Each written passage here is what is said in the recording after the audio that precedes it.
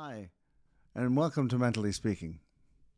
I'm your host, John Nevitt, and this week I was going to talk about depression, but I decided against that because I've been fighting my own depression over the last few months.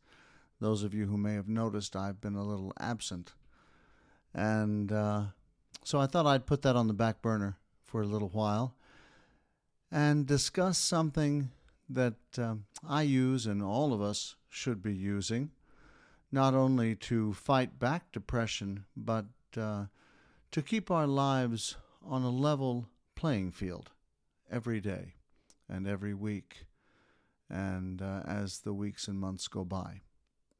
And that is I.P.S.R.T. And I don't know if you've ever heard that before. If you have a therapist, perhaps you've heard it from them. If you have a psychiatrist, then I'm sure you have. But it's quite simple. I.P.S.R.T. stands for Interpersonal Social Rhythm Therapy.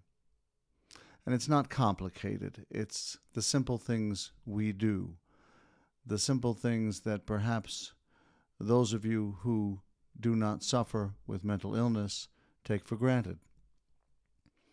And I'd like to go over that with you today because it's very important, extremely important.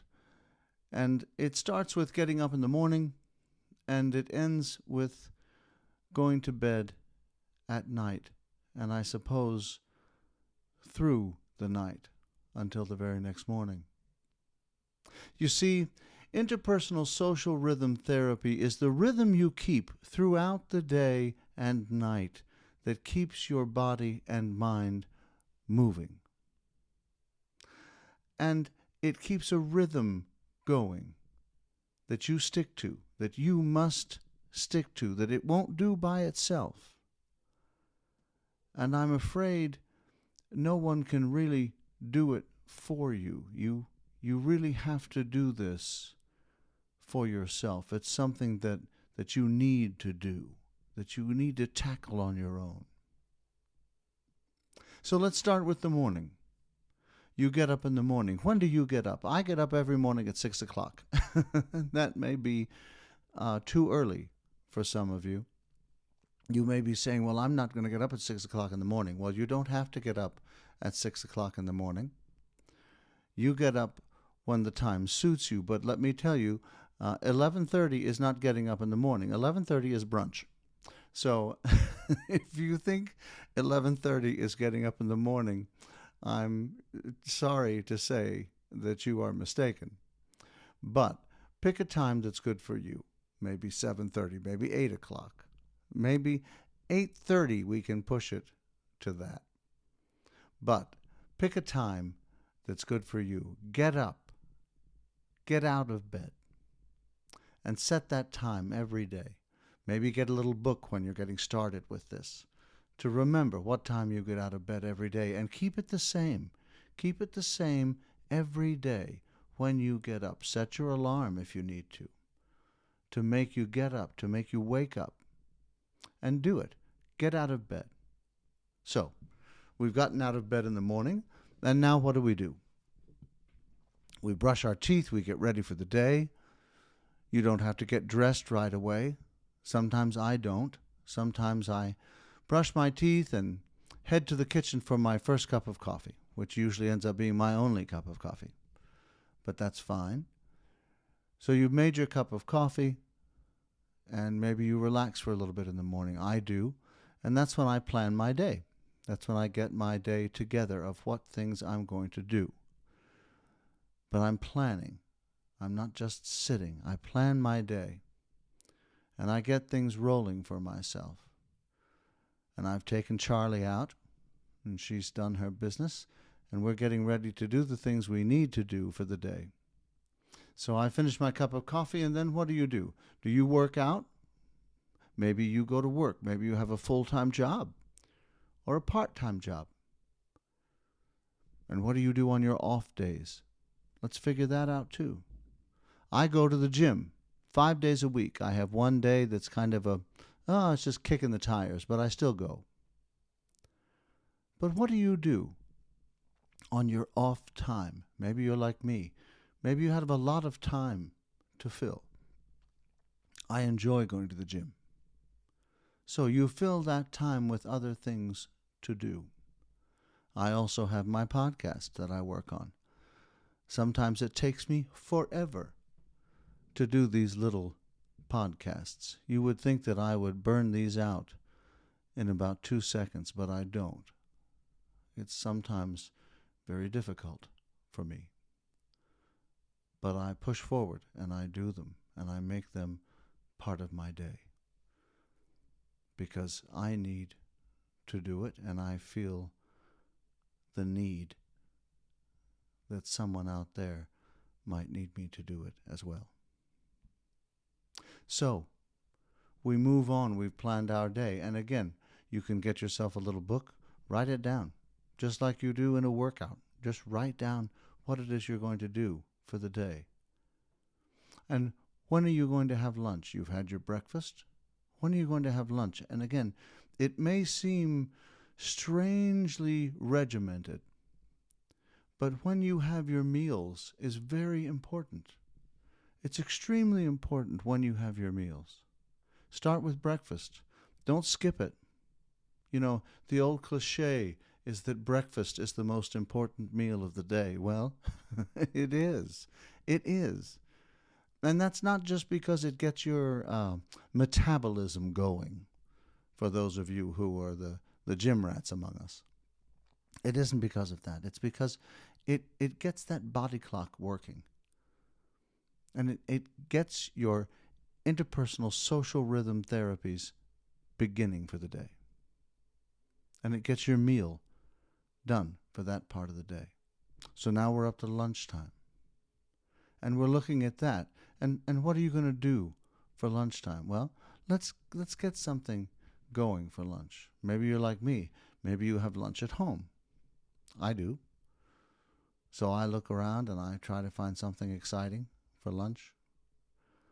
And I make my lunch and I sit down with Charlie. She tries to eat half of it, but she doesn't get it. So I have lunch with Charlie and then we look at the afternoon. And all of these things are extremely important to you. Don't ever pass one up for just sitting around, for letting couch potatoism get the better of you. Don't do it. Don't let that moment go by when you could have done something rather than nothing. So, you have lunch. Perhaps you have something to do in the afternoon.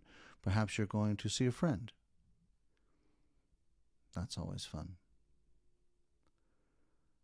And then you get back from whatever it is you've done, and the afternoon is gone. You're home again. And then the evening is upon you. And here you are again with another meal. 3 meals a day. And you have dinner. So you can see how the day goes by. And all of these little social rhythm therapies have come along throughout the day. All the little things that you do throughout the day that are very important. Unplanned, planned, all the little things that come along. Those are extremely important to your mental health.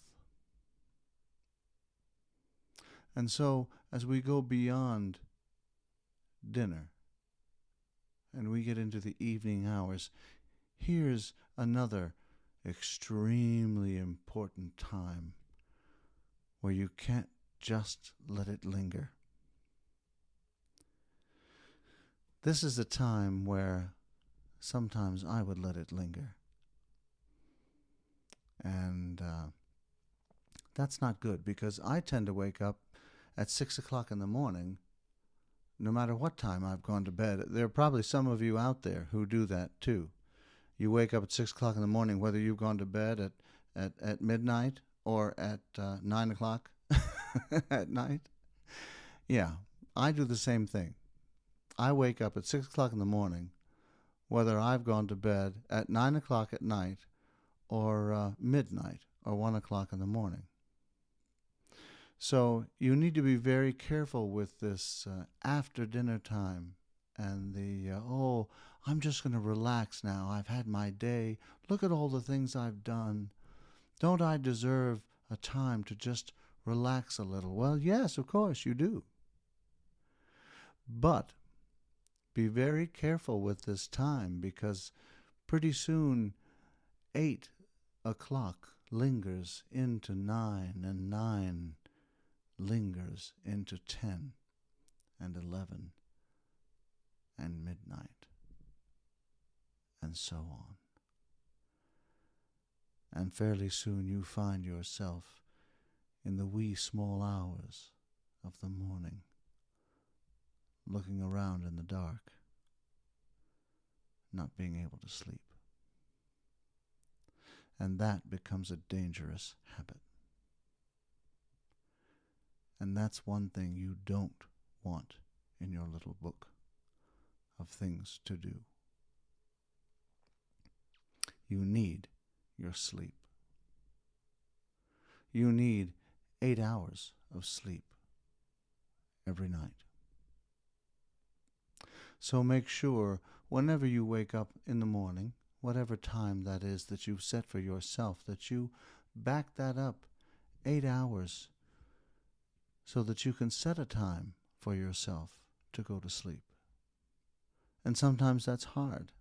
You say, well, I have kids. I have children running around the house. I have teenagers. I have all these things going on, all this noise, all this craziness. Well, I've been there myself. I've raised 4 children. I know. It's very, very hard. But do your best.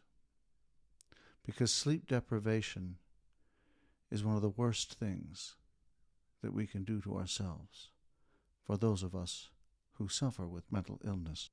But sleep deprivation really is one of the worst things that we can do. And it's right at the end of that little page of our book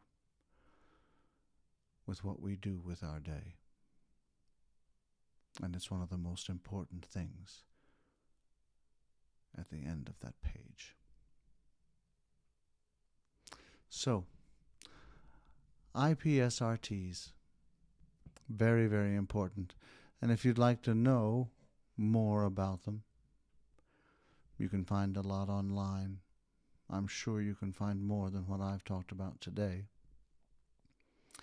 And some more in-depth talks and more in-depth things to read. We've just scratched the surface here today, but it's very, very important, and I urge you to go and find out more about it and really get involved in what it is that you need to do for yourself to keep a regimen of your interpersonal social rhythm therapies, won't you? And I can see that my little clock on the wall is telling me it's time to go, and I don't want to press the envelope for any of you that may have other things to do than to listen to me talk all day. And if you feel that you got a little something out of this episode today, won't you give us a like or subscribe to us so that others can find us? I sure would appreciate it. And I'm so glad that you had an opportunity to join me today. And I'll be back.